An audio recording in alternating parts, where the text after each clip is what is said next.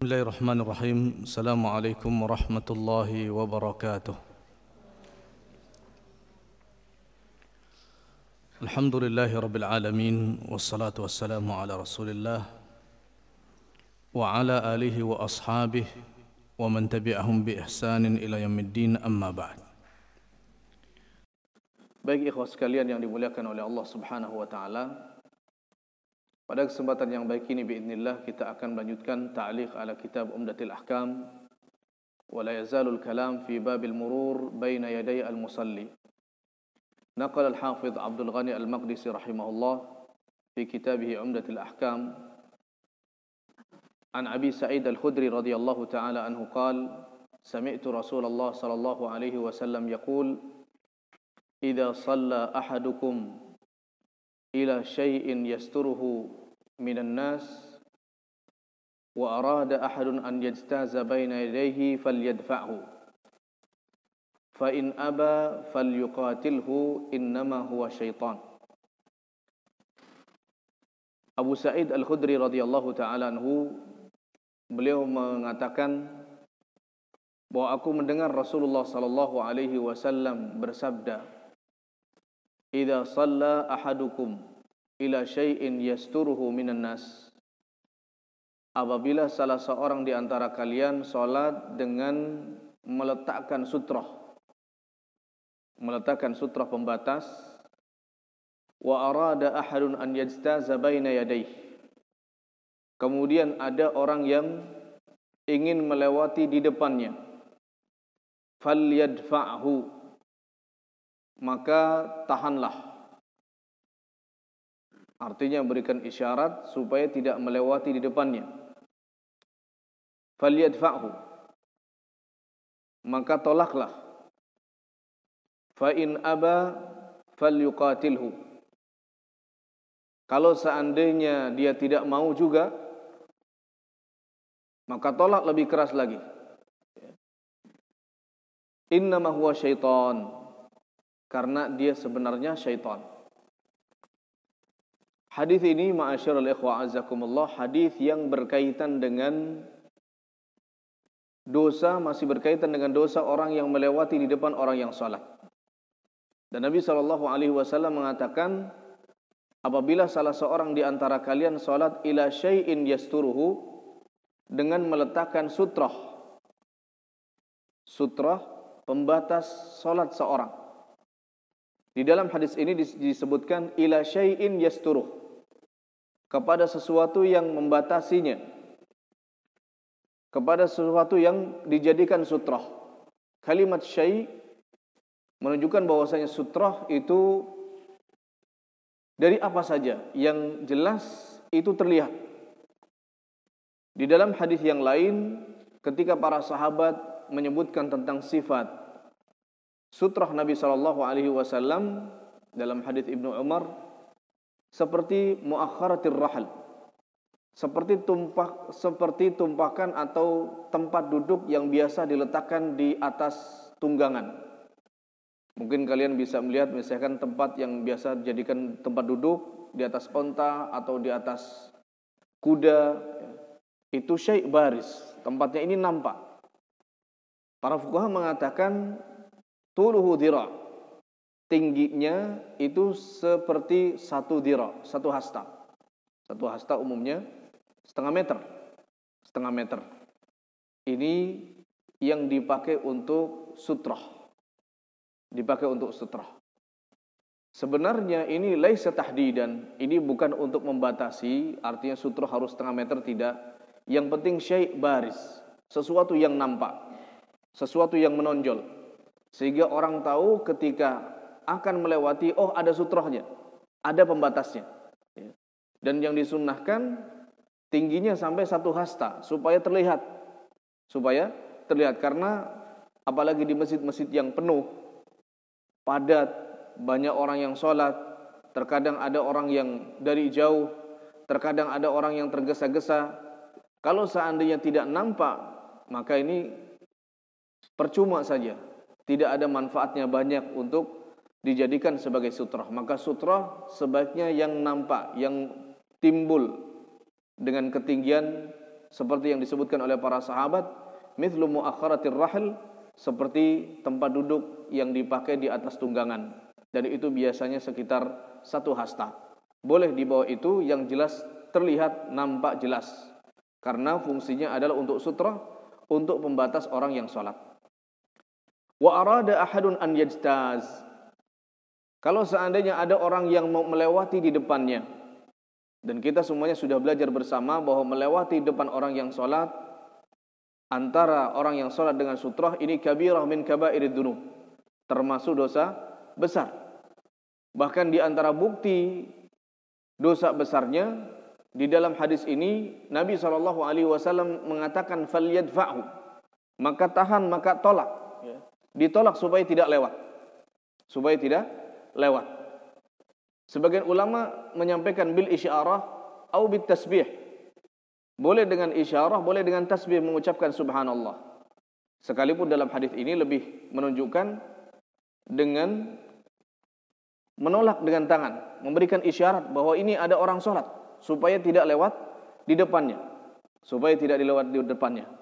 Qala fa in aba, tapi kadang orang satu tergesa-gesa, sehingga tidak tahu ini orang lagi sholat, lewat saja, sudah ditahan, masih saja ingin menerjang. Ada kalanya orang jahil, dia tidak tahu, sudah ditahan, masih diterobos. Dan yang lebih parah, orang tahu bahwa dia akan melewati orang yang sholat, begitu diberitahu, dikasih isyarat, ini ada orang sholat, masih tetap ingin menerobos. Dan ini yang paling parah. Ini yang paling parah.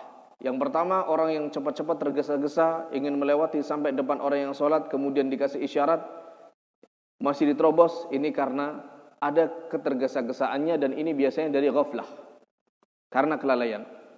Yang kedua karena kejahilan, dan yang ketiga yang lebih parah, dia faham bahwa dia akan melewati orang yang sholat, tapi kemudian diterjang, padahal sudah diberitahu atau sudah diberi isyarat. Nabi SAW mengatakan, fa in aba falyuqatilhu, jika dia enggan, tidak mau juga, bahkan ingin terus menerobos, falyuqatilhu. Kalimat falyuqatilhu pada asalnya bermakna perangilah dia. Apabila dia tidak mau juga, maka perangilah dia. Perangilah dia. Dan ini kalimat yang sudah fi ghayati syiddah. Ini sudah sangat keras sekali peringatan dari Nabi SAW bahwa orang yang melewati depan orang yang sholat itu boleh diperangi. Artinya apa? Kalaupun sampai tarik-tarikan, artinya orang yang sholat sudah ngalangi begini, tapi ternyata ini orang lewat, mau nerobos saja, dipaksa mundur. Dipaksa mundur. Demikian juga dari sisi efek. Kalau seandainya didorong oleh orang yang sholat, kemudian jatuh, kemudian meninggal, ini damuhu hadar. Damuhu hadar. Maka orang yang meninggal ini karena didorong oleh orang yang sholat, dan itu bukan karena kesalahan orang yang sholat, tapi karena kesalahan orang yang mau melewati ini, qadarullah lagi didorong, jatuh, kemudian meninggal. Mungkin jatuh, kepalanya terbentur, atau mungkin karena ada jantung dan lain sebagainya, kemudian meninggal. Maka orang yang sholat ini tidak terkena diat. Tidak terkena diat. Tidak terkena denda pembunuhan. Kenapa demikian? Karena ma'dzunun syar'an. Di dalam kaidah bahwasanya man amilal ma'dzun falaysa bimadmun. Siapa yang melakukan sesuatu yang sudah diizinkan oleh syariat, maka dia tidak ada kewajiban untuk memberikan ganti. Nah, orang yang sholat ini ada izin dari syariat. Izinnya apa? Izinnya fal yuqatilhu, untuk memerangi orang yang lewat di depan orang yang sholat. Memerangi orang yang lewat di depan orang yang sholat, baik dengan isyarat ataupun dengan tasbih misalnya. Dan tentu yang paling tepat dalam hal ini adalah dengan isyarat tangan, menolaknya. Kalau seandainya ditolak, ternyata orang ini meninggal karena dia punya penyakit jantung atau jatuh terbentur, kepalanya kena lantai atau kena batu sampai meninggal, maka orang yang sholat ini tidak ada kewajiban membayar diat. Kenapa? Karena orang yang ingin lewat ini damu hadar, darahnya tidak berefek pada diat. Darahnya ini tidak terlindungi. Darahnya tidak terlindungi karena kesalahannya dari orang yang lewat ini. Kesalahan dari orang yang lewat sudah diberitahu bahwa ini ada orang sholat, tapi dia paksakan. Falyuqatilhu, kata Nabi SAW, maka perangilah. Innama huwa syaitan, karena sebenarnya dia ini syaitan. Bukan berarti setiap orang yang lewat depan orang sholat langsung dianggap, wah syaitan nih. Perlu kita fahami bahwa di dalam bahasa syariat itu bermacam-macam. Nabi SAW ketika bicara tentang onta, Nabi SAW mengatakan innamal ibil khuliqat minasyaitan. Onta itu diciptakan dari syaitan. Apa maksudnya? Nabi SAW ketika bicara tentang wanita, al-mar'atu tuqbilu wa tudbir ala surati syaitan. Perempuan itu baik itu menghadap ataupun berpaling itu dalam kondisi rupa seperti syaitan. Apakah wanita syaitan? Harus kita fahami yang dikatakan oleh Nabi SAW seperti ini. Ketika beliau mengatakan innama huwa syaitan, sesungguhnya dia ini syaitan. Para ulama syurrah, Al-Hafidh Ibnu Hajar, Ibnu Daqiq Al-Aid dan juga yang lainnya menafsiri kalimat innama huwa syaitan, innama huwa amalun min a'mali syaitan. Bahwasanya yang dilakukan oleh orang ini adalah perbuatan yang biasa dilakukan oleh syaitan. Perbuatan yang dilakukan oleh syaitan. Apa perbuatan syaitan? Perbuatan syaitan biasa, menggoda. Menggoda supaya orang sholat tidak khusyuk. Supaya orang sholat tidak khusyuk. Karena orang lagi sholat, sudah khusyuk, ini ada orang mau lewat depannya. Ini biasa, pekerjaan syaitan seperti ini. Menggoda supaya orang tidak khusyuk. Demikian juga ibil, dinyatakan tadi bahwa onta diciptakan dari syaitan. Maksudnya dari sisi sifatnya, perbuatannya. Perbuatannya suka menggoda, suka merusak. Demikian juga wanita. Ketika Nabi SAW mengatakan tuqbil wa tudbir ala surati syaitan, dia dalam kondisi menghadap ataupun dia dalam kondisi berpaling seperti rupa syaitan, ini karena selalu menggoda. Menggoda supaya manusia ataupun lawan jenisnya, laki-laki, terjerembab di dalam dosa, terpikat, terfitnah dan lain sebagainya. Ini persis dengan amal syaitan. Dari hadis ini faidah yang bisa kita ambil, idza shalla ahadukum ila syai'in yasturuh, masyru'iyatu wad'i sutrah 'inda shalah. Faidah yang bisa kita ambil dari hadis ini, disyariatkan untuk meletakkan atau mencari sutrah ketika kita hendak sholat. Wa kana sahabah yabtadiruna as-sawari. Para sahabat radhiyallahu taala anhum, mereka ini kalau masuk ke masjid lari cepat-cepatan dapat tiang. Ya, karena tiang inilah yang nyaman untuk dijadikan sebagai sutrah. Nyaman untuk dijadikan sebagai sutrah, sehingga sangat disyariatkan agar sholat seorang muslim itu khusyuk. Ketika sholat ada sutrahnya. Ketika sholat ada sutrahnya. Cari tiang, cari tembok, ataupun tempat mushaf. Dan sekarang alhamdulillah banyak yang menjual sutrah secara khusus. Itu pun sangat menolong untuk kita sholat dengan menggunakan sutrah. Kemudian di antara faidah yang bisa kita ambil, idza shalla ahadukum ila syai'in.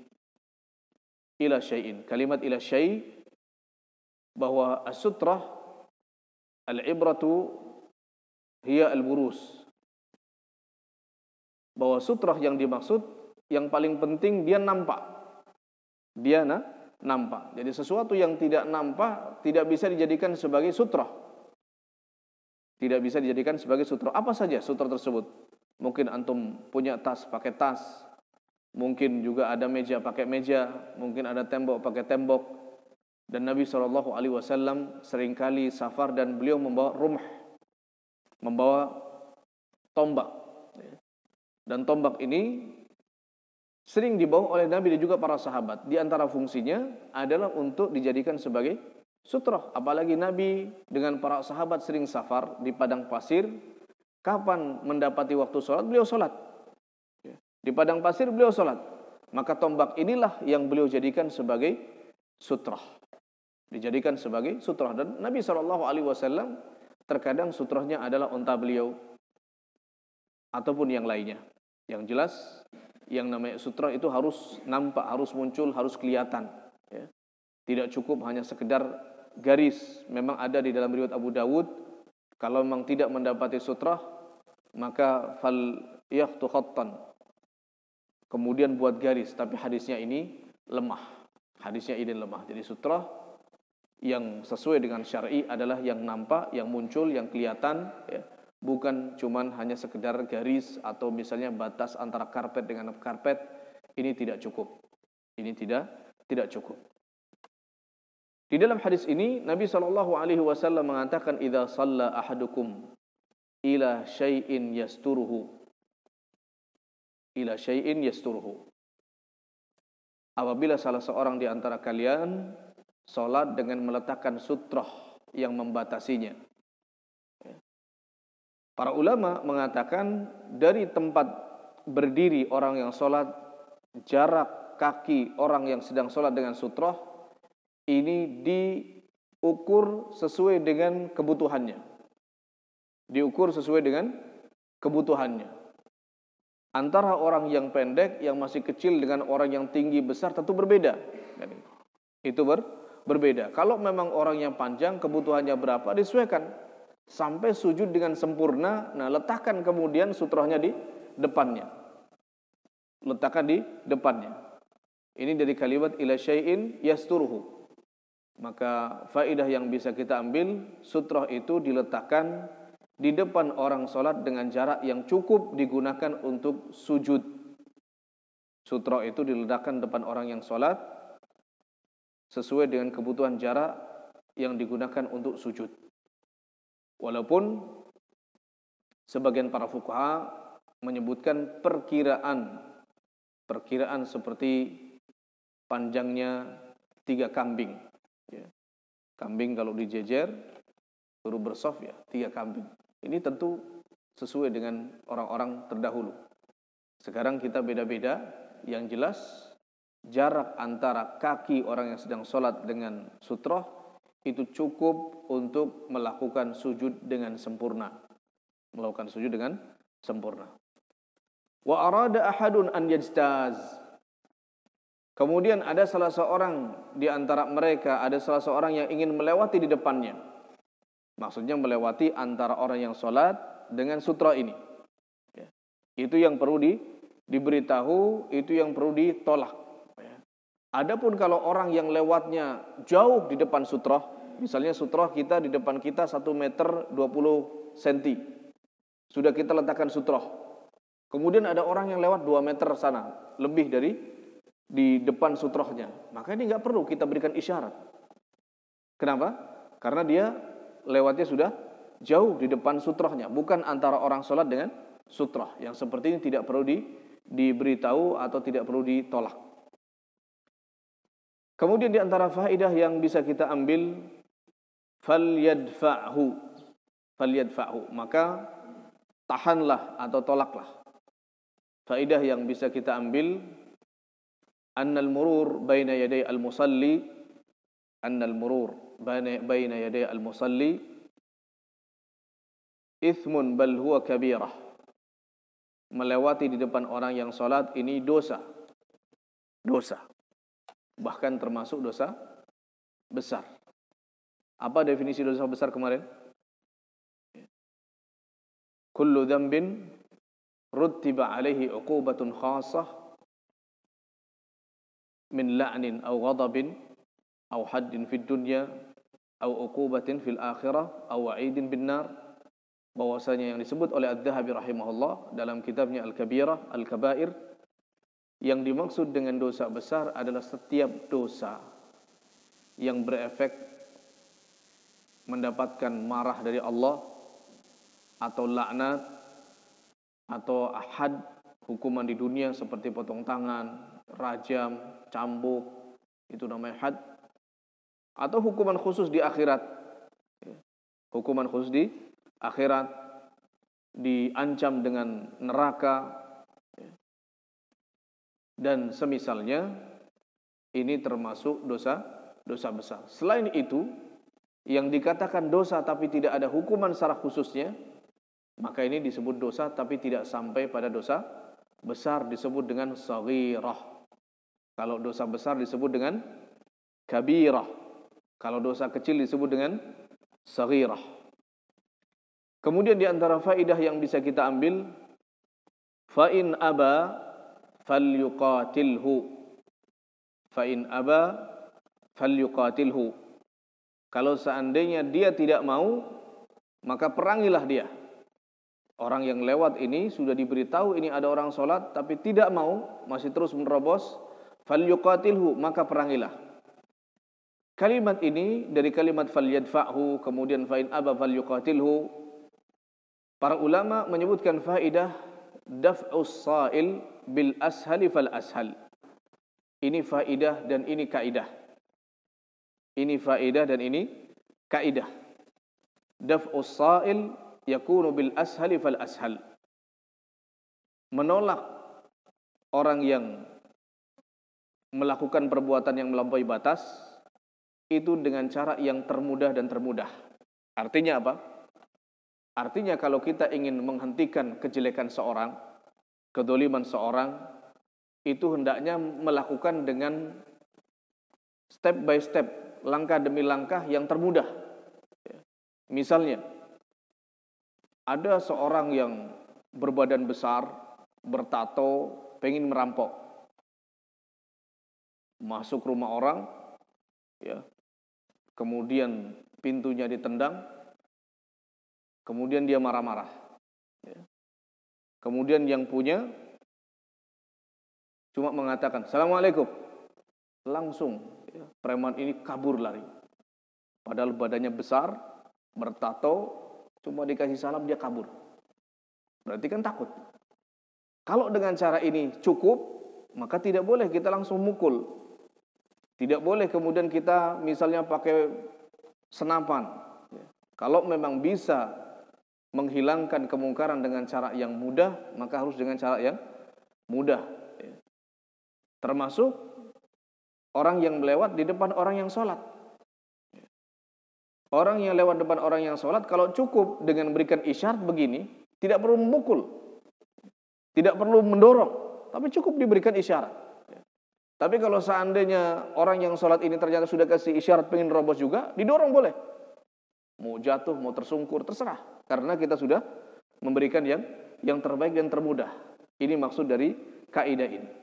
Jadi untuk menghilangkan kezaliman seorang, maka bil ashali fal ashal, dengan cara yang termudah. Artinya kalau dengan lisan, nasihat lisan sudah cukup, maka wajibnya dengan lisan. Kalau lisan tidak cukup harus dengan dipukul, maka dengan dipukul. Kalau dipukul tidak cukup dan harus dihunuskan pedang, maka boleh. Contoh kalau misalnya seorang pembunuh sudah diwanti-wanti, senapan kamu, pistol kamu turunkan, buang. Ternyata dia tidak mau. Bahkan mau menyerang. Karena dia mau menyerang, ditembak duluan. Maka ketika kita menembak orang yang akan membunuh kita, kita tidak berdosa. Dan secara syar'i tidak terkena hukuman qisas. Tidak terkena hukuman qisas. Karena apa? Daf'us sa'il bil ashali fal ashal. Yaitu menolak atau menahan kemungkaran, kedoliman dari orang itu dengan cara yang termudah. Dengan cara yang termudah. Kalau memang dengan yang mudah ini tidak cukup dan harus dengan cara yang berat, maka diberikan solusi dengan memberikan sanksi yang berat ataupun balasan yang berat supaya tidak melakukan kezaliman. Ma'asyiral ikhwa azzakumullah, fa in aba falyuqatilhu. Fa in aba falyuqatilhu. Di antara faedah yang bisa kita ambil, al-aslu fid dima'i at-tahrim. Hukum asal menumpahkan darah itu haram. Hukum asal menumpahkan darah itu haram. Karena di dalam syarat ini Nabi SAW ketika mengatakan fa'in aba falyuqatilhu, ini memberikan isyarat ada rukhsah. Kemudian di antara faedah yang bisa kita ambil, idhamul khusyu' inda Allah. Hadis ini menunjukkan besarnya atau tingginya kedudukan khusyuk di mata Allah Subhanahu wa taala. Maka sholat yang khusyuk itu sangat agung dan sangat mulia di mata Allah Subhanahu wa taala. Sampai-sampai kalau ada orang yang ingin mengganggu, boleh, kalaupun harus didorong orang ini, tidak cukup dengan berikan isyarat, tidak cukup dan harus didorong. Kalaupun meninggal, ya sudah, orang yang sholat ini tidak salah, karena orang yang lewat inilah yang membuat kekacauan, dia yang merugikan orang yang sedang sholat menjadi tidak khusyuk. Maka ketika orang ini jatuh kemudian sampai meninggal atau bahkan terluka, misalnya didorong kemudian giginya patah, giginya copot. Ini kalau di dalam syariat, merontokkan gigi itu ada diatnya. Merontokkan gigi ada diatnya. Misalnya didorong sampai kemudian orangnya jatuh, kemudian matanya satunya kena batu, sampai kemudian matanya satu tidak bisa melihat. Kalau dilakukan oleh orang yang di luar sholat dengan sengaja, bukan hakim yang menentukan, maka wajib untuk membayar denda 50 onta. Satu mata harus dibayar 50 onta. Tapi karena ini dilakukan oleh orang yang sedang sholat dan orang yang melewati ini yang zalim, maka tidak ada diyatnya, tidak ada dendanya. Karena bagi orang seperti ini tidak ada kehormatan. Bagi orang yang lewat di hadapan orang yang sholat ini, kehormatannya dicabut oleh Allah Subhanahu wa taala, tidak terlindungi lagi. Kemudian di antara faedah yang bisa kita ambil,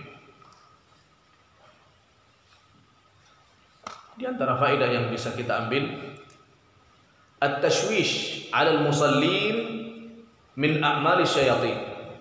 Mengganggu orang yang sholat itu termasuk amalnya syaitan. Dan mengganggu orang yang sedang sholat macam-macam.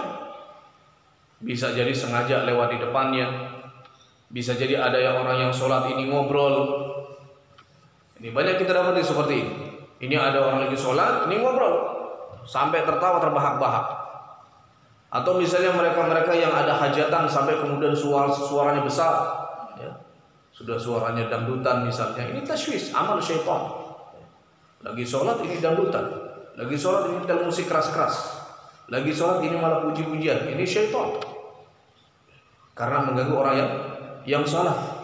Maka semua perbuatan yang mengganggu orang yang sholat dilakukan disengaja, ya, tidak ada paksaan, ini termasuk min a'mali syayatin, termasuk perbuatannya syaitan, tercela di mata Allah Subhanahu wa taala, dan dosa.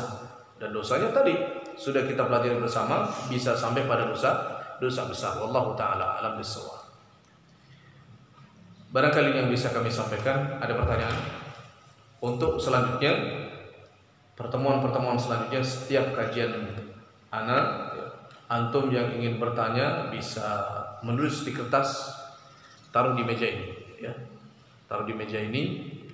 Dan hari ini fadhol barangkali yang ingin bertanya, angkat tangan langsung.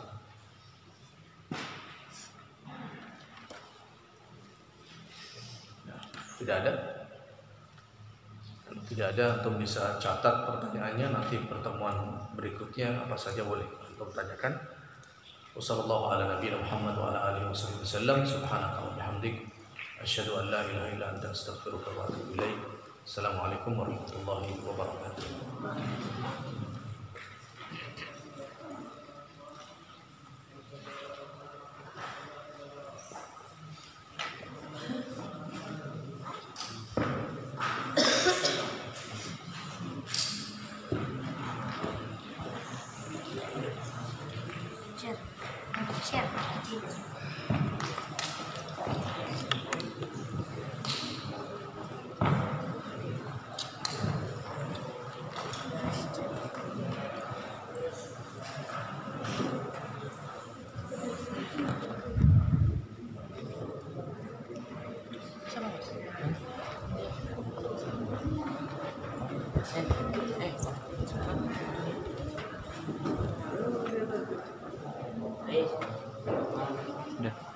Madinah?